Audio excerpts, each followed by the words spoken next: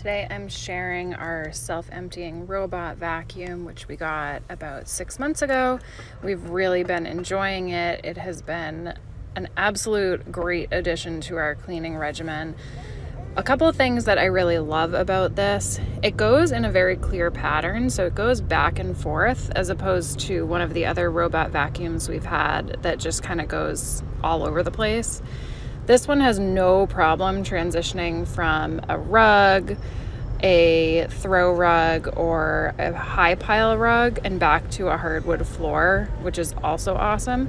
And then it can map out areas so it understands where it needs to go. So it will ask in the app if something is a temporary item in the way, which could be my dog or a toy, or if it's something that will always be there, like a piece of furniture, and then it maps around that.